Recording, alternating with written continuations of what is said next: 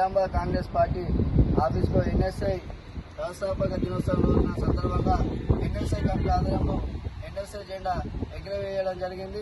అదేవిధంగా గత 10 సంవత్సరాల నుంచి టీఆర్ఎస్ ప్రభుత్వం ఇచ్చినటువంటి హామీలు ఏ ఒక్కటి నెరవేర్చిన సమయంలో కష్టకాలంలో 10 సంవత్సరాల నుంచి కూడా ఈరోజు ఇచ్చిన మాట నెరవేర్చిన ప్రభుత్వాన్ని మెడలు వంచే విధంగా శాశక్తుల కష్టపడి ఈరోజు మా కాంగ్రెస్ పార్టీ అధికారంలోకి వచ్చే విధంగా ఎన్ఎస్ఐ నాయకుల పాత్ర ఎంతగా ఉంది.